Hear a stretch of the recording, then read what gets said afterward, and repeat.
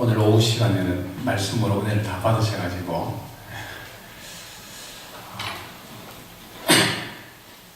이런 질문으로 제가 말씀을 시작하겠습니다. 여러분 세례 다 받으셨습니까? 네. 세례 다 받으셨죠? 네. 세례 받은 사람을 교인이라고 합니다. 교인. 그래서 외부에서 이제 뭐 직장생활이나 뭐 사회에 뭔가 필요할 때 교인 증명서를 댄다 그러면 세례를 받은 사람이 교인으로 이렇게 자격이 주어집니다. 제가 같이 신학을 공부한 친구분 중에 대학원까지 졸업하셨는데 5년이나 더 기다렸다가 신학대학원에 입학을 하셨어요. 이유가 뭔가 하면 세례 받은 지 만 5년이 지나지 않아가지고 만 5년이 지난 이후에 신학대학원을 진학할 수 있는 자격이 부여되어서 세례를 늦게 받아가지고 대학 때 예수 믿어가지고 그냥 교회만 다니면은 자기 교인 줄 알았는데 세례를 늦게 받아가지고 그때부터 이제 교인으로 이제 1년 2년 해서 5년 채우느라고 신학 공부를 늦게 한 목사님이 계십니다. 세례가 그만큼 중요한 것이죠. 여러분 세례 다 받으셨으니까 여러분들은 세례교인입니다. 세례교인. 그런데 밖에서는 이제 교회 다니면은 세례 받은 사람을 교인들이다 이렇게 표현하는데 교회 안에서는 저와 여러분을 뭐라고 부릅니까? 네, 역시 정답을 맞추시네요. 성도라 그러죠. 성도. 네, 성도. 저도 목사고 또 이 자리에 목사님도 계시고 장로님도 계시고 오늘 사회 보시는 분이나 아는 분들이 권사님을 드리고 또 성경 공부할 때 집사님도 계시던데 이러한 집사, 권사, 장로, 목사는 직분이죠. 직분. 네, 직분입니다. 직분. 동일하게 교회 안에서 공통적으로 똑같은 무슨 성도입니다. 성도.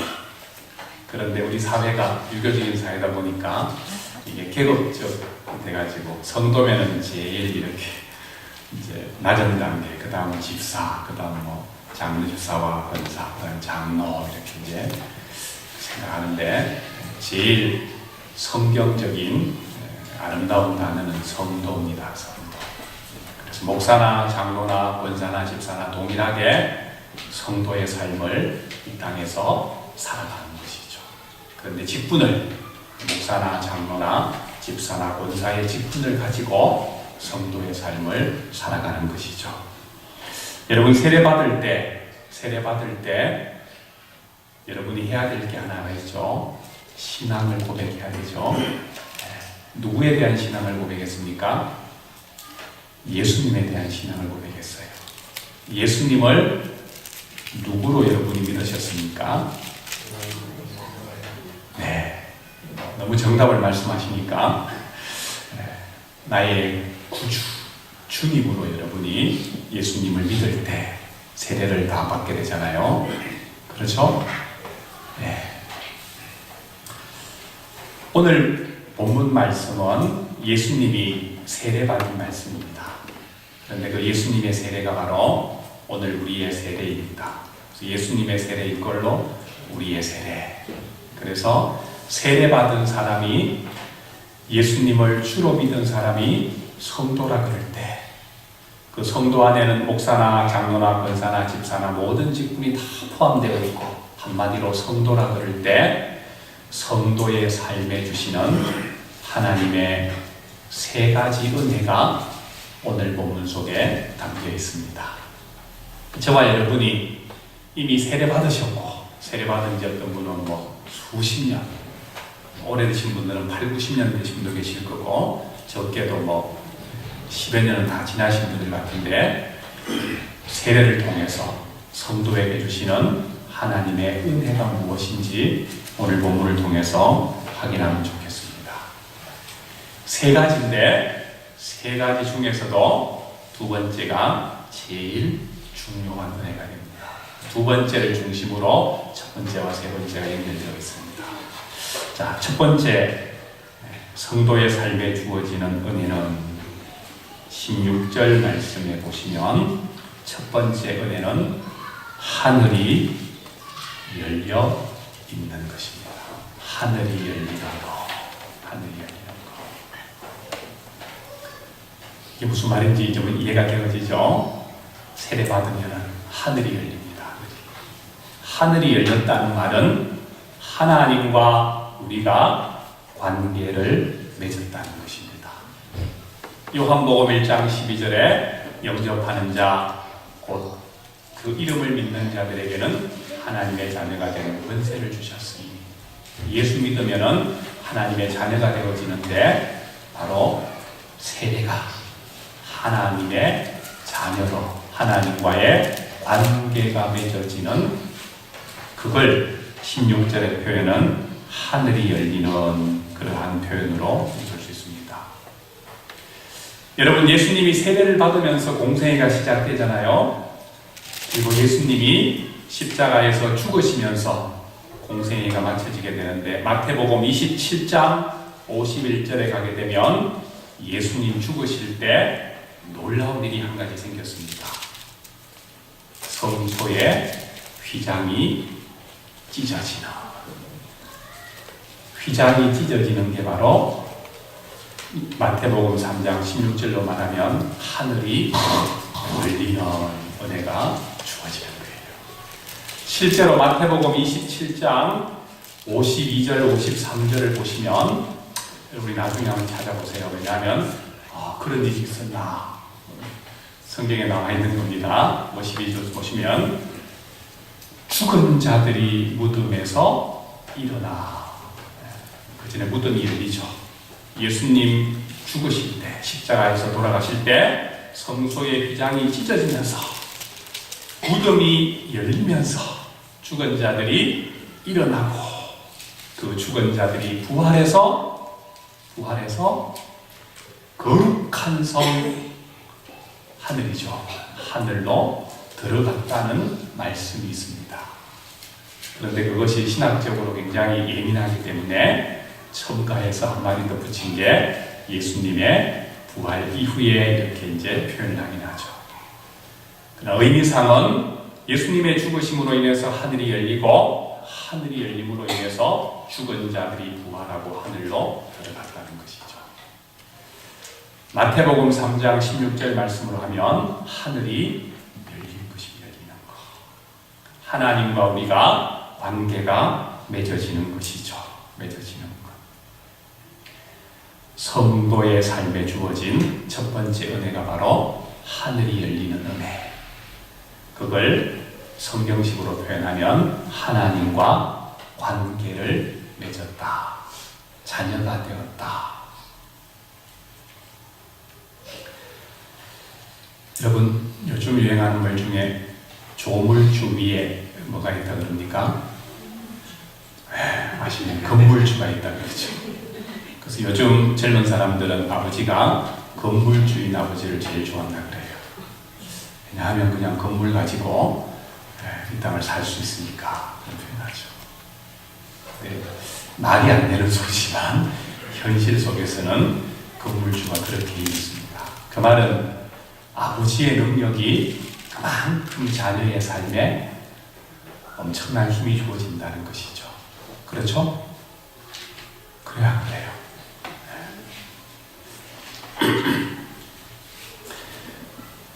저는 22살 때 아버지가 돌아가셨습니다. 제가 장남인데 22살 때 아버지가 돌아가셨어요.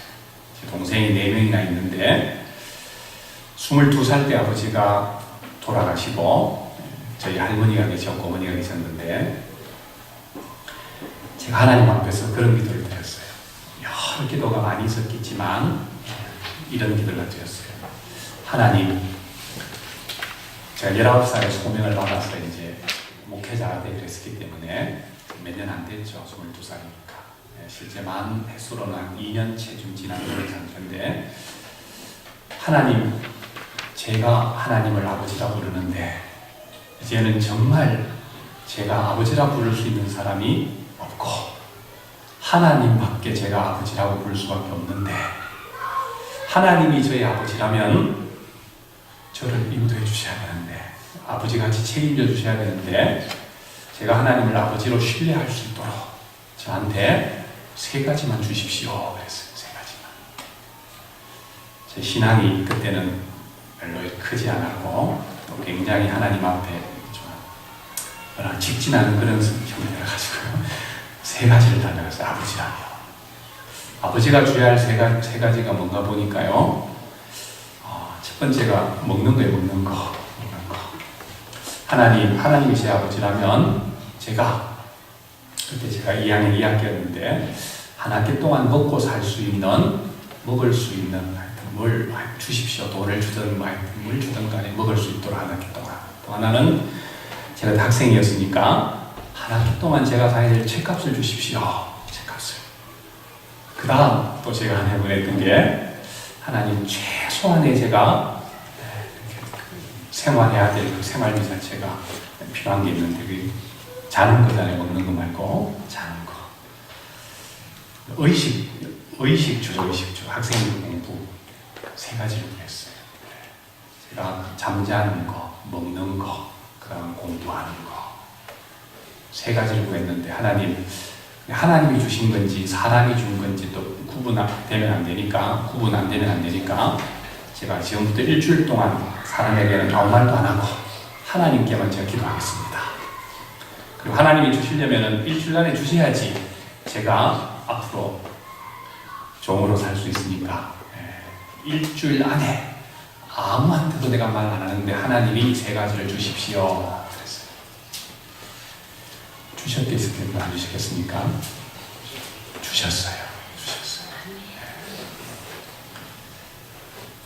한 학기 살기를 준 게 아니고, 제가 살아보니까 제가 나중에 대학을 공부할 때까지 제가 돈을 안 주면 제가 학교를 등록 안 하기 때문에 돈 다 주셨어요. 장학금을 주든지 하여튼 어떤 식으로 주든지 간에.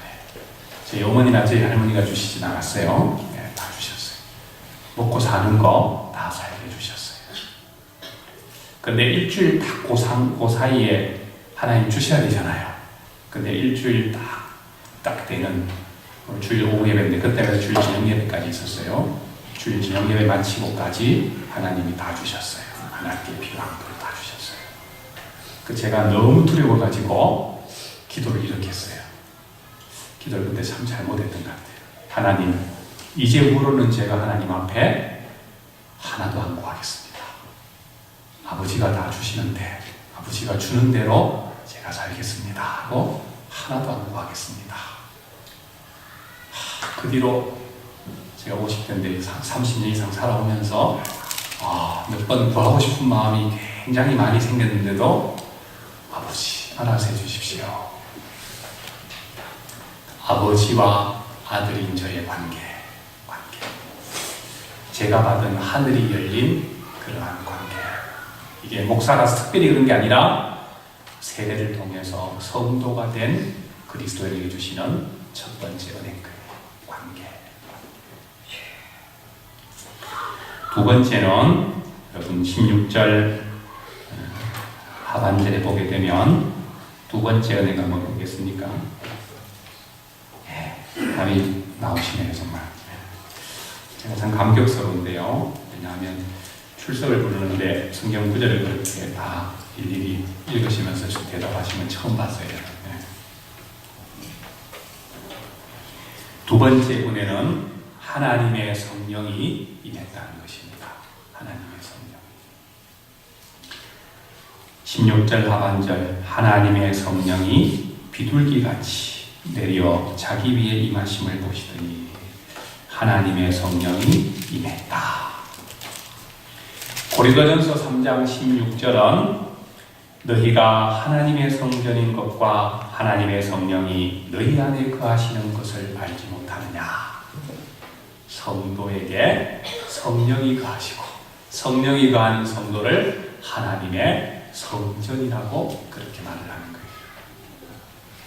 여기는 예배당이죠. 이곳은 예배당. 예배드리는 장소 공간이고, 저와 여러분이 바로 성전이죠. 성전.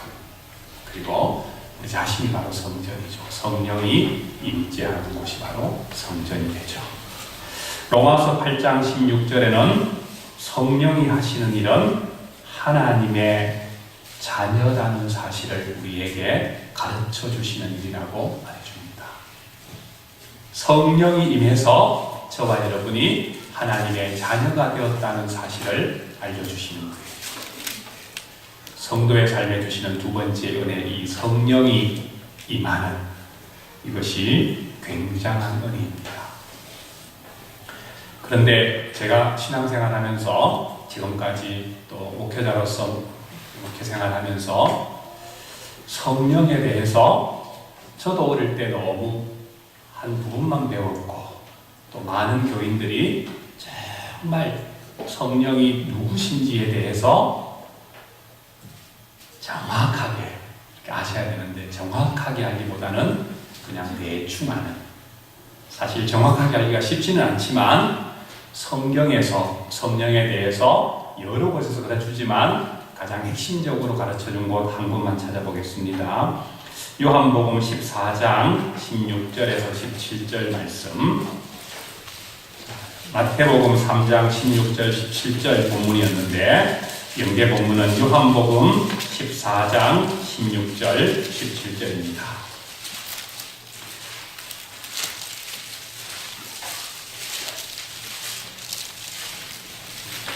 제가 하나님께 받은 능력 중에 하나가요, 농담 같은 말인데요, 능력 하나가 사람들을 재울 수 있는 목소리를 받아가지고 제가 그냥 설교하면 다 이렇게 자는 쪽으로 가서 중간에 한 번쯤 말씀을 꼭 찾습니다. 저희 교회에서는 사실 파워포인트에서 말씀을 이렇게 이제 중요한 것을 적어서 하는데 오늘은 한 곳만 찾겠습니다. 사실은 찾을 생각이 없었는데 여러분들 말씀 공부하고 읽는 거 봐서 제가 용기를 얻어가지고 찾는 겁니다. 요한복음 14장 16절에서 17절.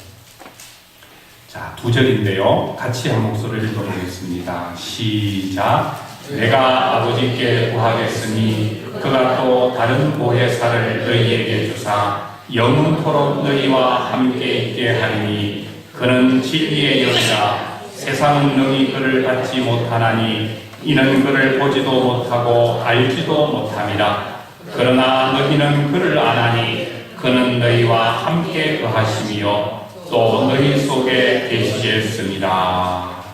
아멘. 우리 가운데 임재하신 성령님은 진리의 영이다. 진리의. 그래서 요한복음 16장 13절에서는 진리의 성령이 우리를 모든 진리 가운데로 인도하리라. 성령님이 여러분 진리의 영입니다. 진리의 영. 그런 면에서 저는 목사로서 굉장히 영광스러우면서 굉장히 부담스러운 역할을 하는 것이죠. 왜냐하면 성령이 저와 여러분 전체를 진리 가운데로 인도해 가시도록 목사인 제가 가이드하는 거거든요. 가르치기보다는 그냥 이렇게 인도해 가는 거거든요. 설명하면서, 그러나 성령이 사실은 그 말씀으로 여러분을 인도하는 거예요. 그래서 여러분이 말씀을 읽든지 공부하다가 여러분 속에 깨우침이나 감동이나 여러분 속에 새로운 은혜가 주어지면 여러분 가운데 임한 성령님이 역사하시는 거예요.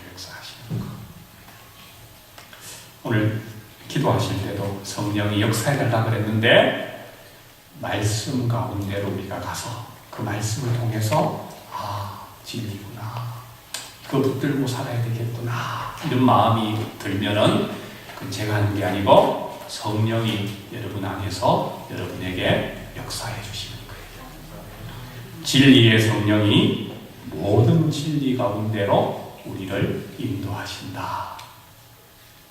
그러니까 성도의 삶에 있어서 제일 중요한 은혜가 바로 성령이 우리 가운데 임하신 거.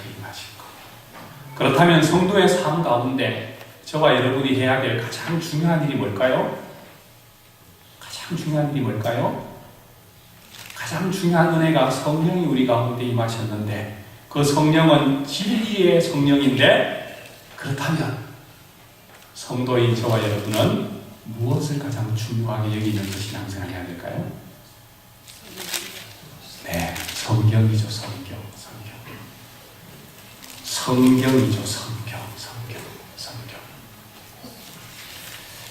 저도 그랬고 많은 분들이 성경을 딱 읽고 나면 성경을 덮고 말씀을 듣는 게 한국 교회의 문화였는데요. 성경을 덮고 들으면 안 되고 성경을 보면서 목사님이 성경 없는 말을 하는지 성경에 있는 말을 하는지를 들으면서 그러면서 성령이 우리 안에서 역사하시도록 저와 여러분은 이 말씀을 굉장히 중요하게 여겨야 되는 거예요. 기도는 덜 중요한가요? 제가 신앙생활하면서 말씀을 연구하면서 제가 열심히 성경을 봅니다. 정말 성경을 이 성경만 아니고 여러 성경을 읽고 그리고 성경만 읽는 게 아니라 성경을 또 다른 책으로 공부하기도 하는데 그것만큼이나 또 많이 하는 게 기도하는 거. 왜 기도할까요? 저도 성령님이 가르쳐 주셔야지 말씀을 깨달을 수 있으니까. 그래서 신앙생활의 중요한 두 가지가 바로 말씀과 기도라는 거예요. 오늘날 한국 교회에 사실은 자꾸만 약화돼 가는 게 권사님들이 하셨지만 기도하는 것이 참 약화돼 가는 거. 어떻게 기도를 이어가게 할 것인가. 자, 다시 본문으로 돌아와서요. 두 번째 은혜가 바로 진리의 성령이 우리 가운데 임재하셨다는 것입니다. 그런데 이 진리의 성령이 오늘 본문 요한복음 14장 영계본문 14장 16절에 보게 되면 우리 가운데 임재하셔서 언제까지 있습니까? 언제까지 우리 가운데 있습니까? 네, 영원토록 너희와 함께 있게 하리니. 예수님이 부활 성천하실 때 마태복음 28장 마지막 절에 보게 되면 내가 세상 끝날까지 너희와 항상 함께 하겠다 이렇게 말씀하셨는데 바로 요한복음 14장 16절에 성령을 주셔서 그 성령이 우리와 영원히 함께 하신다는 거예요. 자, 이 말이 사실은 굉장히 부담스러운 말이에요. 영원히 성령이 우리와 함께 하신다. 굉장히 부담스러운 거예요. 부담스럽지 않으세요? 굉장히 좋으면서 굉장히 부담스러운데 이 말은 뭔가 하면 성령이 우리 안에 오셔서 우리를 통치하시겠다는 거예요. 통치하시겠다는 거예요. 여러분, 하나님의 나라가 어떤 곳이에요? 하나님이 왕으로 통치하시는 거잖아요. 통치하시는 거예요. 오늘 이 땅에서 하나님이 우리를 통치하시기 위해 성령을 우리 가운데 주신 거예요. 성령이 우리 가운데 임재하신 거예요. 그러니까 성도의 삶은 성령이 임재한 삶인데 성령이 임재한 삶은 통치를 받는 삶인 거예요. 통치를 받는 삶. 통치를 받는 삶. 성도의 삶은 성령의 다스림, 성령의 인도함, 그게 성령의 통치라고 하죠. 통치를 받으면서 이 땅을 사는 것이 성도의 삶입니다. 성도의 삶.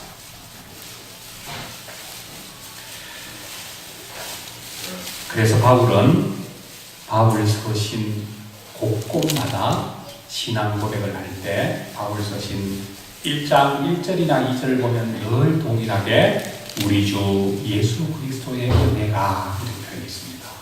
바울에게 주님은 예수님이죠. 그러나 바울은 그 예수님의 종이라는 거예요. 종. 성도의 삶은 성령의 통치를 받으면서 주님의 종으로서 이 땅을 살아가는 삶이라는 거예요. 그게 은혜입니다. 그게 은혜. 여러분, 저와 여러분이 이 땅에서 하나님의 나라를 만들 수 있겠습니까? 없지요? 저와 여러분이 이 땅에서 어떠한 사람이라도 한 사람을 구원할 수 있겠습니까? 없지요. 누가 하셔요? 하나님이 하셔요. 성령님이 하시는 거예요. 그런데 그 성령의 통치를 받고 종으로서 이 땅을 살아가는 성도의 삶은 그 하나님의 구원을 위한 하나님의 도구로서 살아갈 수 있다는 거예요. 그래서 성도의 삶은 성령의 임재와 함께 성령의 통치를 받는 삶이다. 세 번째 성도의 삶의 은혜는 다시 마태복음 3장 17절로 가겠습니다. 마태복음 3장 17절 하늘로부터 소리가 있어 말씀하시되 이는 내 사랑하는 아들이요 내 기뻐하는 자라. 세 번째 은혜는 하나님의 복음입니다. 성도는 하나님께 너무너무 소중한 존재다. 여러분, 이 17절 하반절에 있는 내 기뻐하는 자다 이 표현을 어떤 번역에는 성도는 하나님의 삶의 기쁨이다. 하나님의 삶의 기쁨이 성도라는 거예요.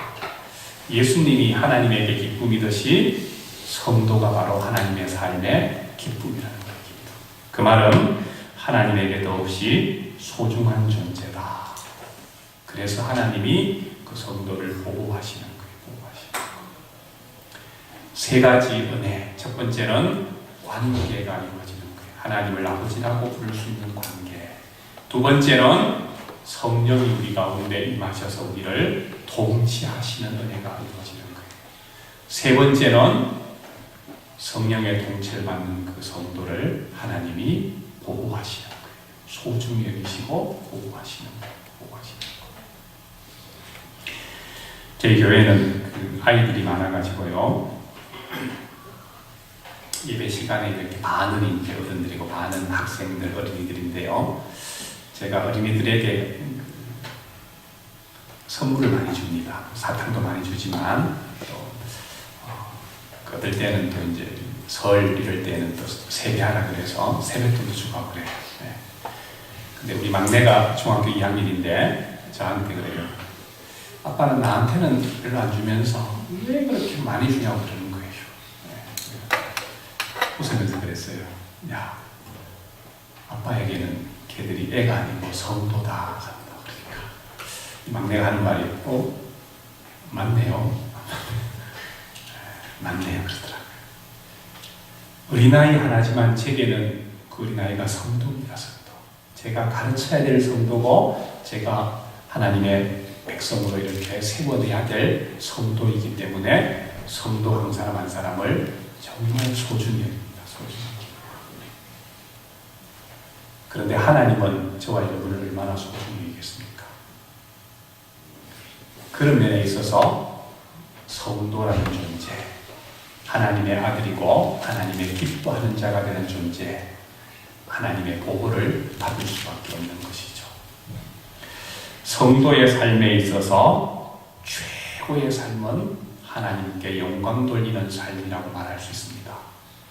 그 영광 돌리는 삶을 위해서 저와 여러분이 핵심적으로 가져야 될 중요한 사실 하나가 우리 가운데 임재하신 성령을 붙드는 겁니다. 우리 가운데 임재하신 성령을 붙든다는 것은 저와 여러분이 믿습니다 한다고 붙들어지는 게 아니고 밤새워서 붙든다고 붙들어지는 게 아니고 하나님의 말씀을 늘 묵상하고 공부하고 하다 보면 우리가 성령을 붙드는 게 아니라 성령이 우리를 붙들어서 우리를 성도로 온전케 세워주셔서 우리의 삶이 하나님을 영화롭게 하는 삶을 살게 한다는 것입니다.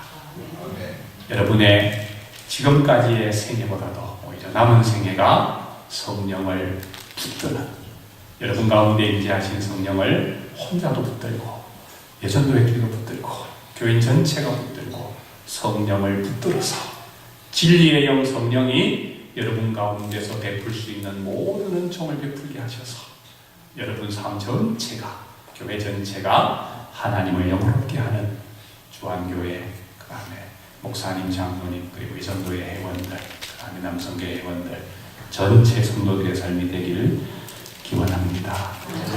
기도하겠습니다.